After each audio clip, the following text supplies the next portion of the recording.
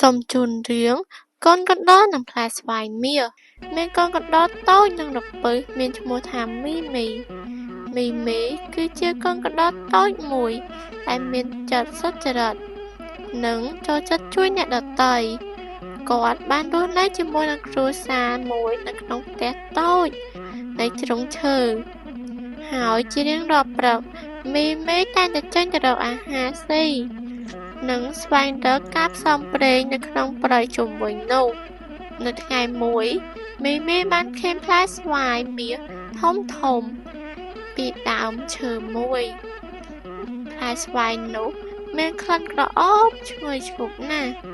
ហើយវាជះពន្លឺយ៉ាងចែងចាំងពីពេញភ្នែកមីវាមានអារម្មណ៍ថាផ្លែស្វាយនេះគួរឲ្យចង់បរិភោគណាស់វាគិតថាវាចង់បរិភោគស្វាយនេះតែម្នាក់ឯងនោះទេហើយមីបានគិតម្យ៉ាងទៀតថាយើងគួរតែចែកទៅឲ្យមិត្តខ្លះទៅដើម្បីឲ្យពួកគេកាន់តែសប្បាយដូចជាយើងដែរ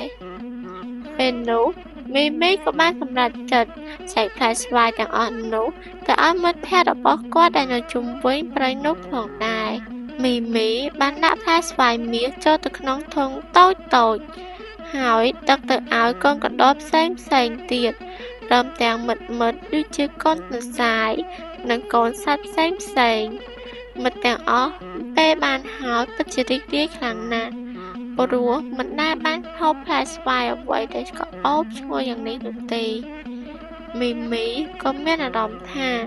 ស្រស់ស្អាតនៅក្នុងចិត្តផងដែរព្រោះគាត់បានធ្វើអំពើល្អមួយទៅដល់អ្នកដទៃនៅពេលល្ងាចមីបានឈរនៅក្រោមដើមឈើមួយហើយគេបានគិតពីថ្ងៃនេះគេបានរៀនថាការចែករំលែកអ្វីដែលគេមានទៅឲ្យអ្នកដទៃដោយចិត្តស្មោះត្រង់ចិត្តល្អមិនត្រឹមតែឲ្យអ្នកដទៃរីករាយតែប៉ុណ្ណោះនោះទេក៏ប៉ុន្តែក៏អាចផ្ដល់នូវអារម្មណ៍ដ៏ស្រស់ស្អាតរបស់គេផងដែរមីបានសម្រេចចិត្តថានឹងចែករំលែកអ្វីដែលខ្លួនមាន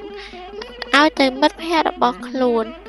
និងសត្វដទៃទៀតចាប់ពីថ្ងៃនោះមកមីបានក្លាយទៅជាកូនកណ្ដោដែលគ្រប់គ្នាស្រឡាញ់និងគោរពគាត់បានយល់ថាភាពស្មោះត្រង់សេចក្តីចិត្តល្អគឺជារឿងរ៉ាវដែលមានតម្លៃជាងគេបំផុតមិនមានអ្វីដែលអាចមានតម្លៃជាងនេះនោះទេ